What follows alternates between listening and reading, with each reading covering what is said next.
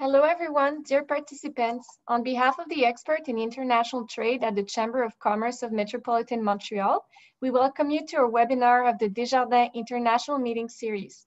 Today's topic is Lithuania, where fintechs come to scale and innovate. My name is Dina Mansour, and I am an advisor for international market development at the Chambre of Commerce of Metropolitan Montreal. I am pleased to animate this webinar with you today, which will be presented by Ms. Ieva Poliskina, Senior FinTech Investment Advisor at Invest Lithuania, as our speaker today. I would like to use this time to thank our partners for this event, starting with the Economic Development Agency of Canada for the region of Quebec for its ongoing support of the World Trade Center Montreal's activities, as well as our sponsors, Desjardins and La Presse, who made this webinar possible. So about Ms. Ieva Poliskina, she advises fintech companies on scaling and licensing in Europe, and she has worked with companies from across the world, helping them to build their European operation by leveraging benefits of Lithuanian fintech landscape, such as talent pool, infrastructure, and regulatory environment. So I just want to take a moment to say that this event will be entirely in English. Alors veuillez prendre note que ce webinaire est entièrement en anglais.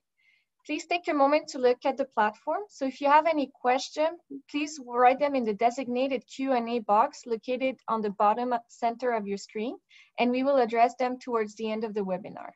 You might ask your question in the official language of your choosing, and I will be happy to translate for you if needed.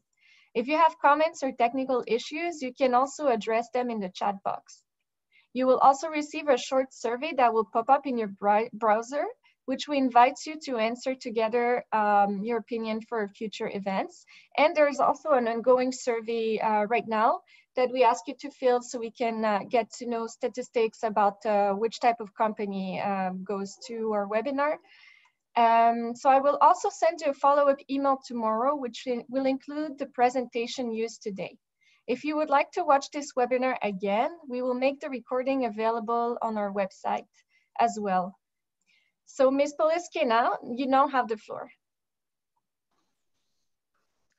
Thank you, Dina. Thank you for having me here. And I have a huge pleasure just to share with the listeners about Lithuania and what Lithuania has to offer for the fintechs in general. So let me start my presentation.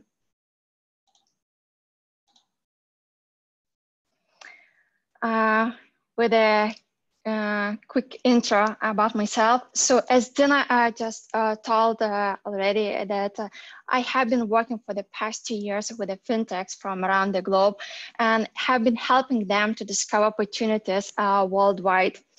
So with this presentation, I would like to share the story of Lithuania and how Lithuania can help the fintechs to scale and innovate.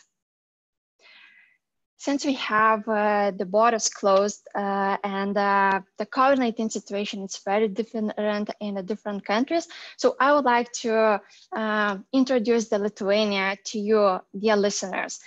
So being a small country with only 2.8 population, we are very ambitious and we are truly global country, which is the part of NATO, European Union, and we are also geographical location. We are the center of geographical center of Europe. Might you notice that we have a time differences? So the companies that operating from Lithuania and having the teams in Lithuania, they notice that they can work around the clock and just to have the different shift teams. So the size is not the right word and expression to describe the country. So being a small country, we also agile. And we as a country, rather young country, and we regained our independence just 30 years ago. So that makes us very agile in every situation. So just take, for example, the COVID-19 situation. With only one case in our country, we were quickly to adapt to the current situation, and we just updated our policies and we take some measures to prevent from the spread of the COVID-19 situation. even taking a look at the talent, how they reacted to the COVID-19 situation. So they were quickly to adapt to the new normal, and they were quickly to work remotely. And even the companies that I have been working, so they also said that the even productivity levels were skyrocketed when working from home. So being young and agile country separates from other countries. So we are very pro-investment and business-oriented government. So we are welcoming and inviting the companies that are creating innovative businesses in the different fields, just naming from manufacturing, life sciences, digital economy, and even fintech that I am happy to share with you in a moment. So Lithuanians basically have been living by the motto, challenge us and I'll deliver. So you will see how we are doing that in the upcoming slides. So as I mentioned, being a young country, so we're also creating our history and ecosystem. And the digital ecosystem in Lithuania is very booming. So starting from global business services with the big names like Western Union, Moody's, NASDAQ. So these companies are having the offices, having the teams and working on different operations. We're also having the cluster for more advanced function companies like Uber and Visa.com. They also have the offices in Lithuania, but we are not limited to that. We also have the sectors in the cyber security, AI, machine learning, and big data. But today's topic is fintech, so I'm happy to talk more about it later on. So I guess the main question, how Lithuania was quite a short history and without no footprint in financial history is putting itself on a map comparing to the main financial centers like London, Amsterdam, or Luxembourg. So the main reason for that, and the short answer to this question would be first of all, the certain circumstances like Brexit.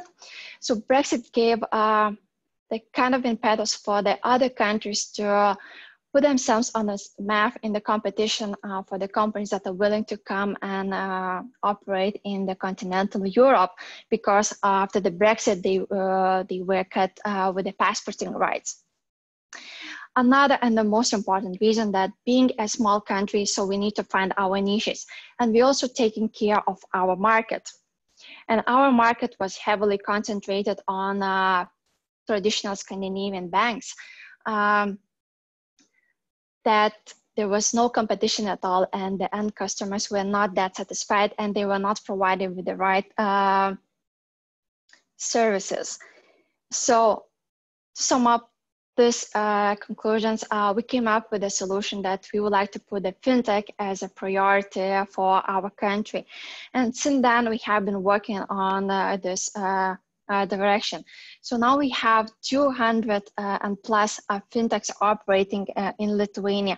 And basically the companies are representing the payments, remittance, regtech, and identity, point of sale devices, financial software, lending, and peer-to-peer, and they're not stopping even there. So that also comes to the 30% annual growth of numbers employed in the sector. And we also have those companies operate in Lithuania, but those companies also have the forms the ecosystem, and the ecosystem consists of private and public players, hubs, and accelerators. And now we became the second largest fintech hub in Europe, and fourth globally after the US, UK, and Singapore. So this is kind of the reason and our strategy towards the fintechs. So even the media portals like Bloomberg, Forums, they also were following our strategy and making headlines about our story. So I guess you're also interested who also is here. So some of the largest brands coming to Lithuania, and they already have the operations here. So Lithuania is truly global fintech hub connecting Asian, American, and European consumers and businesses just to launch the innovative products and services across the EU.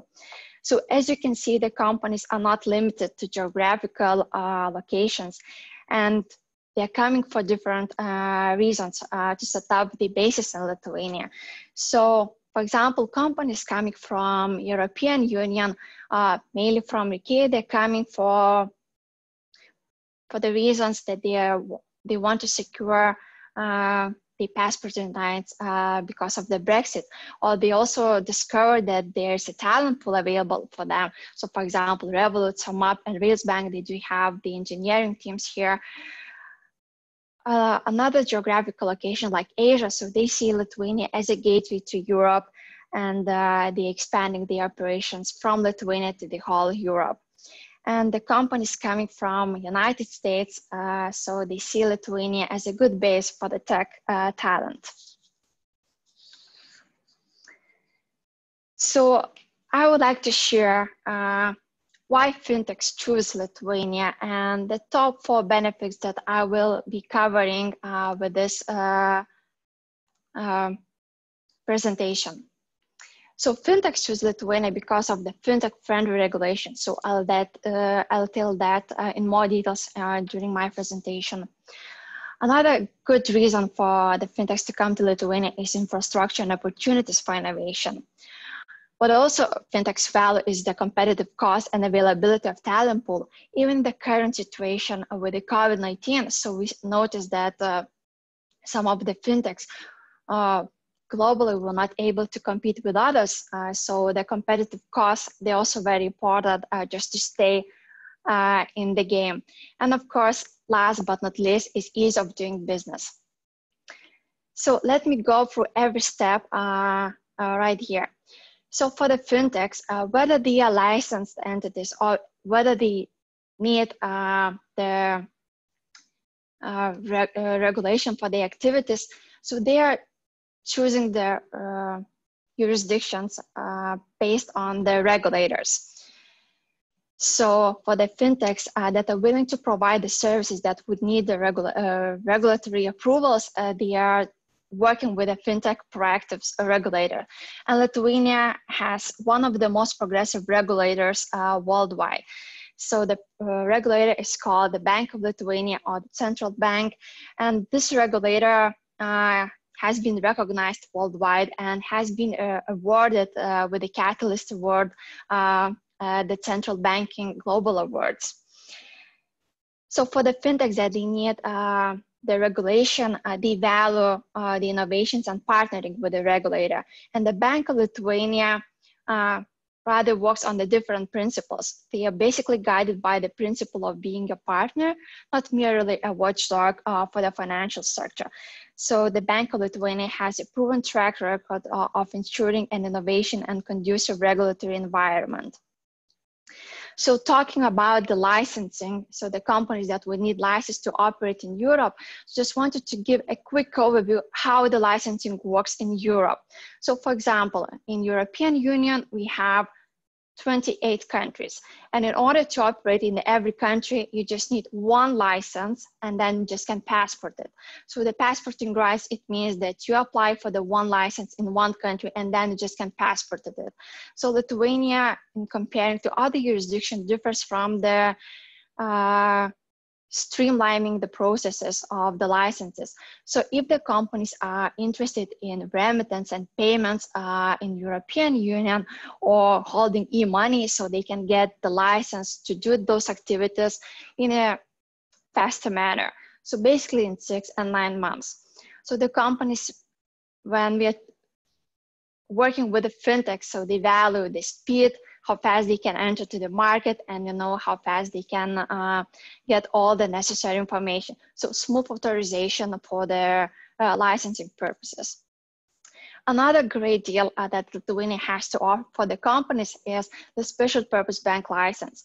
So we are working with the fintechs that basically provides remittance, payment services, and e-money services, but later on they want to provide more services for the end customers. So what they can do with this special purpose bank license, so they can accept deposits and offer consumer credit. So basically you're becoming kind of the smaller version of the traditional bank, but you just have the different capital requirements. It's only 1 million capital requirement, which is 5 times lower comparing to the traditional banks. And license is granted by European Central Bank, so it means that you can also passport it to another countries. So this is kind of very unique value proposition for the companies that are willing to provide more services for the end customers. And that type of licenses is only available in UK, but when UK leaves the European Union, it only be that then it will be only Lithuania, which offers that kind of the license. And last but not least, when the companies are coming to the new market, it's also very important to get more information about that market. So the Bank of Lithuania, our regulator, introduces a newcomers program, which helps the new financial market entrants to get consultations and just to check whether the plans are in line with the Bank of Lithuania plans, and if the country is applying for the right license for the activities. And also very important to mention that applications are accepted in English. So we just covered the regulatory part. So the fintechs, when you're dealing with the regulatory market, the value, the proactiveness of the regulator. But it's not only that. It's also the infrastructure that gives the fintechs the freedom to innovate. So we also have the unique value proposition, which was created and introduced by our regulator. So I would like to just to give a quick overview of the Centralink.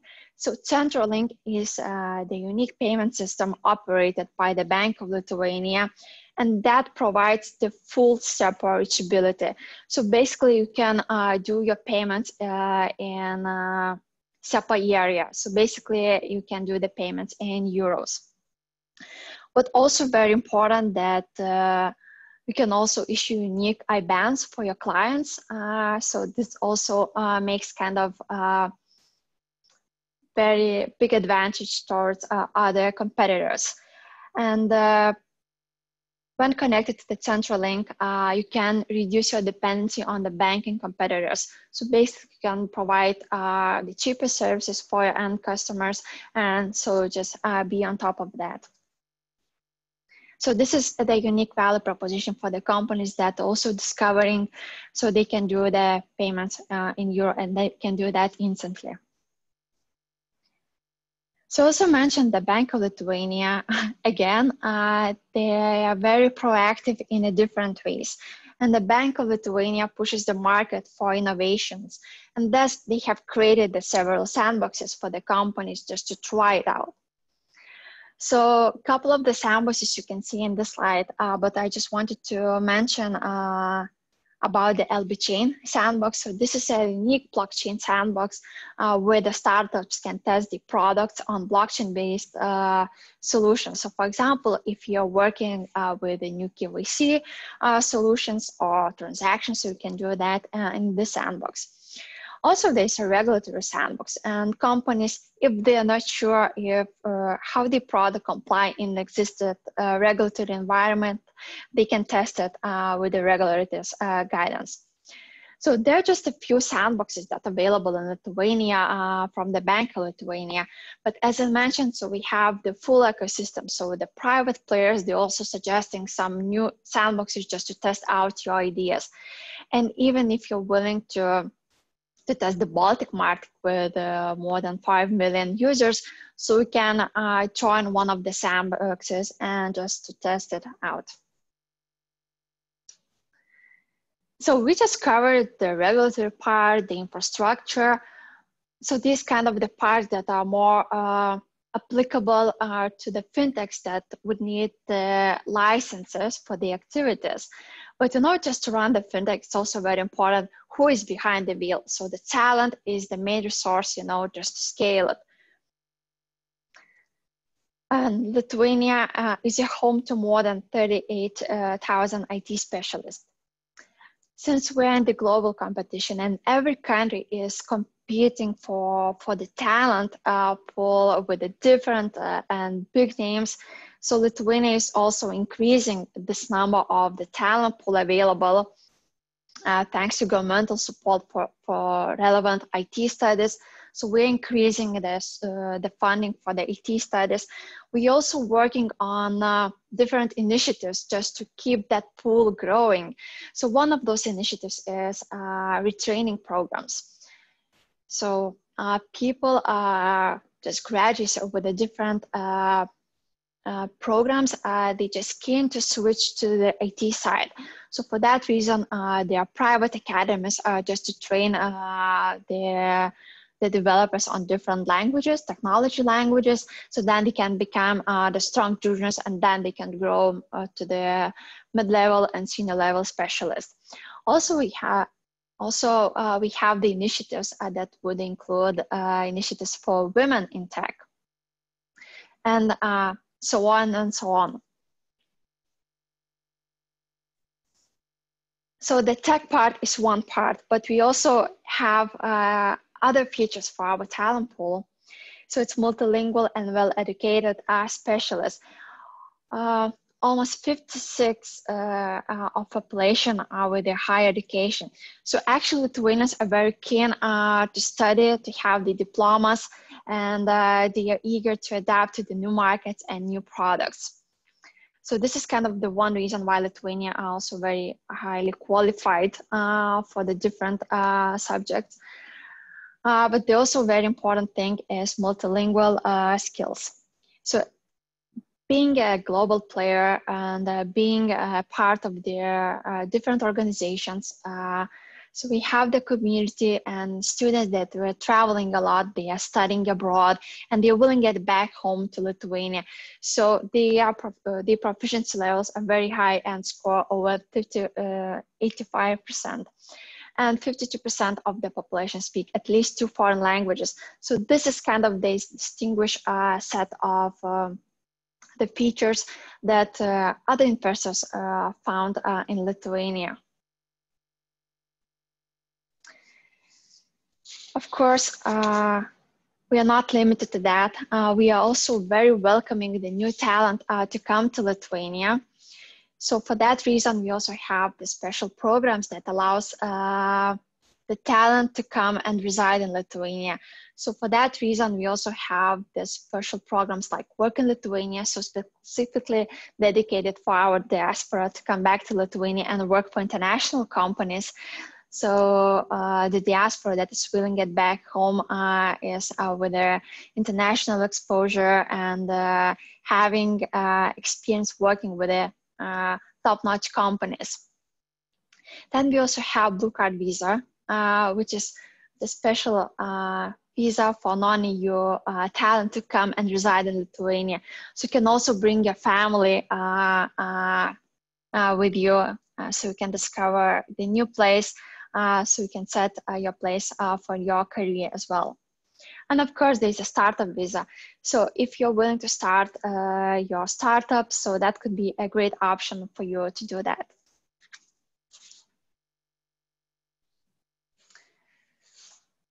Of course, we just covered the regulatory part, the talent, the infrastructure, but what's also very important that the company's value is the great quality to cost ratio.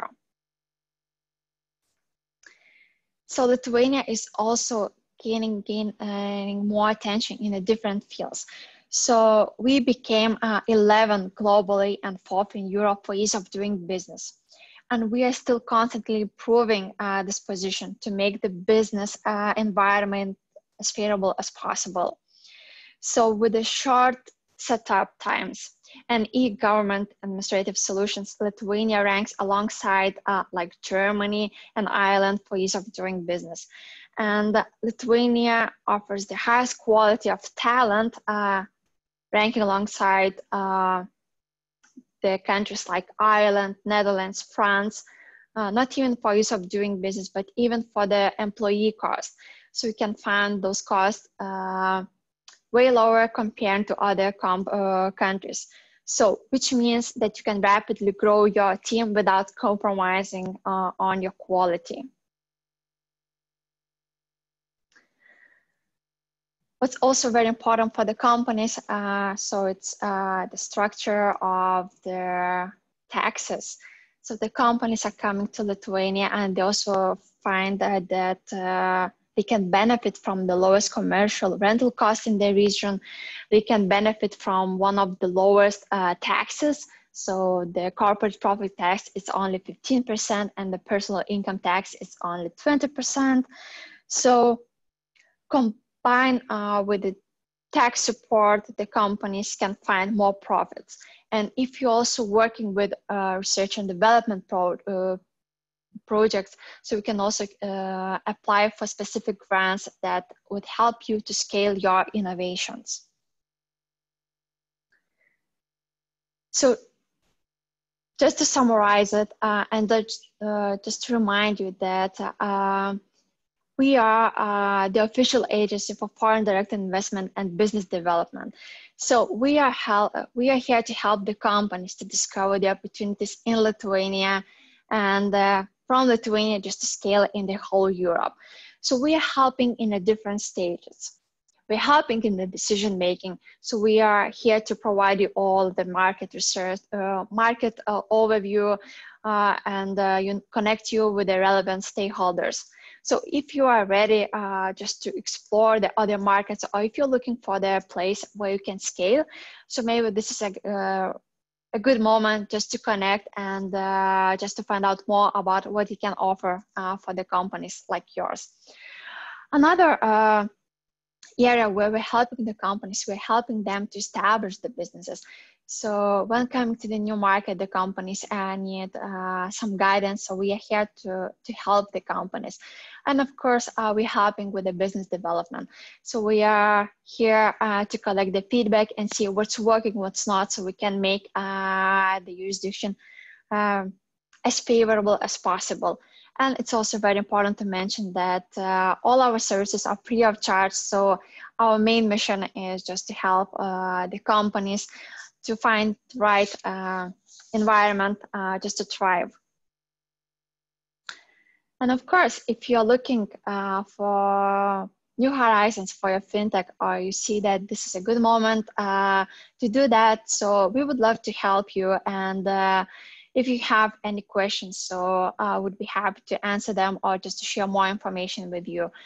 Also, you can subscribe to our newsletter just to be on the top of the news and be familiar what's happening in our market and what news we have to offer for you. So thank you for listening, and I'm happy to share and answer some questions for you. Thank you very much, Ms. Poloskina. So I invite everyone who has questions to write them in the Q&A box below in the center bottom of the screen.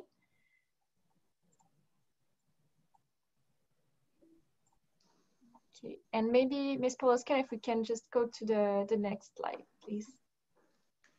Yeah, thank you. So we already have a question from Mr. Christian Sivière, who's asking to clarify what is a passporting right that you referred to earlier in your conversation. Sure. So yes, the good example. So if you're familiar with the US market or even in Canada, so in order to operate in the different provinces, you just need to get the license in every province. So in Europe, there's a different situation. So being a part of the European Union, so what you can do is that you can apply for one license. You can spend from 6 to 9 months just to receive that license, including the preparation. And then that license you can passport to other countries. So for example, if you're applying in Lithuania and you would like to have your customers in Germany, Spain, Italy, so you just can inform the regulator that you would like to have your activities there. And you don't need to go through that whole licensing process that took from 6 to 9 months in that jurisdiction. So this is kind of the simple answer. Thank you. So I have a question for you. So what does such a small country like Lithuania wants to keep expanding its talent pool in such a field? Mm-hmm. So actually, yeah, the competition is global. So every country is competing for that talent. And what we're doing in Lithuania, so we are working on the couple directions. So we are working with the universities to upgrade the study program so they could be very innovative and just to meet all the requirements from the international companies.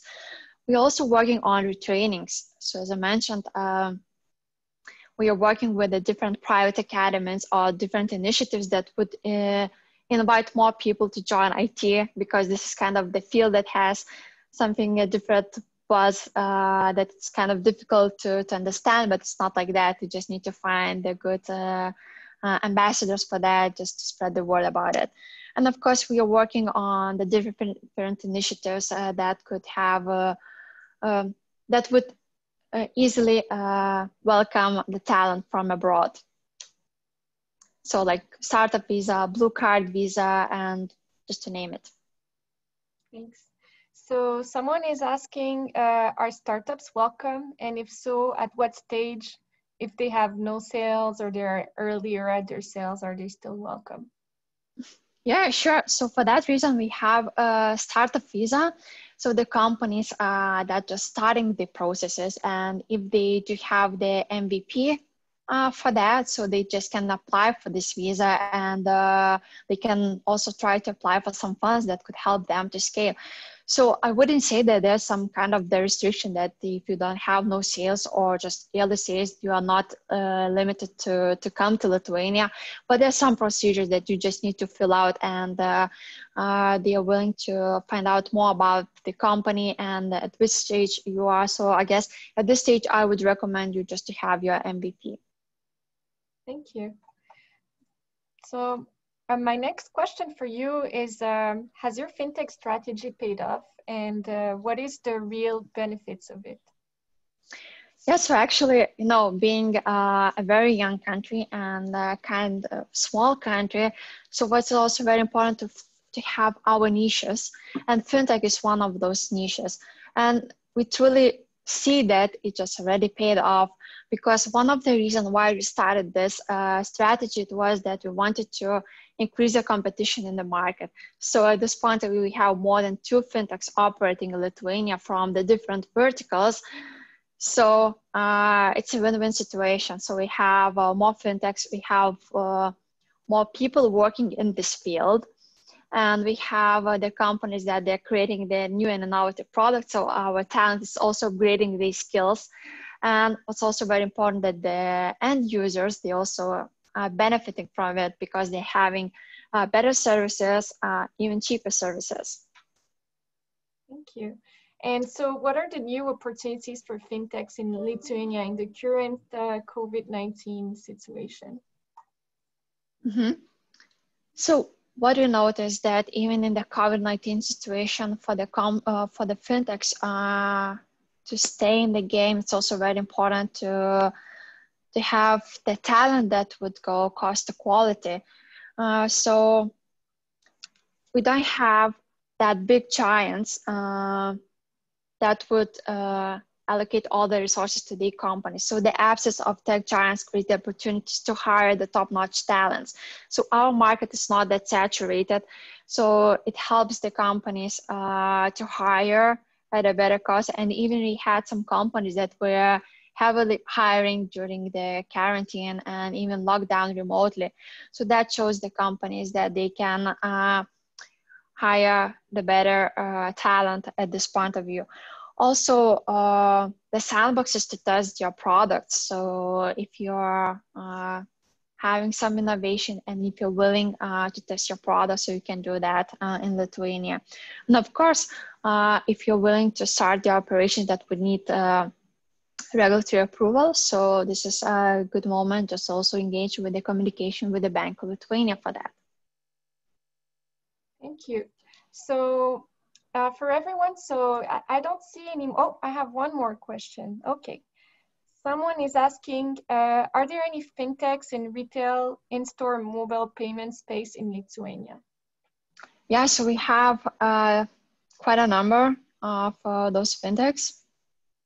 And we also have the map of those fintechs. So you can also take a look of those fintechs and the ecosystem so you can have a better understanding of it. Thank you. So I will ask you one last personal question, unless someone else wants to ask one more question, because I don't see any more from the public. So what type of companies can benefit the most from being part of Lithuania's FinTech Hub? So actually there are different types of the fintechs that can benefit. So most of the fintechs are in payments, remittance field, and they also face a great interest also from the RegTech point of sale financial software companies that are benefiting from this ecosystem. So I guess it really depends on the type in which you are operating, but you can benefit from you know, the ecosystem itself, because there are hubs, accelerators, so you can join and have some consultation with the existing companies. And you know, they can also benefit from the test users. For example, Revolut at the beginning when they started the journey and before becoming the unicorn, they had one of the biggest client base in Vilnius. So they were eager to test the innovation. So if you are in the stage that you're willing to test your products, so Lithuanians could be a good reason to do that. Thank you, Ms. Poloskina. So dear participants, so we are now at the end of the question periods. I don't see any more questions from anyone. Or maybe one last one? Okay, we have one last question. So someone is actually asking, what the Canadian FinTech has to do in order to enter Lithuanian market? So first of all, just get in touch with us. So we'll help you and guide you through the process. So we have the small procedure for that. And of course, it's also very important to know what are you planning to do, you know, with your activity. So then we can guide you through the process and direct you to the certain contacts. So as I mentioned, we are a governmental agency and our services are free of charge. So we'll be happy to guide you in the process. So just get in touch with us. Thank you. I'll still wait a little bit before we end, just in case someone still has another question.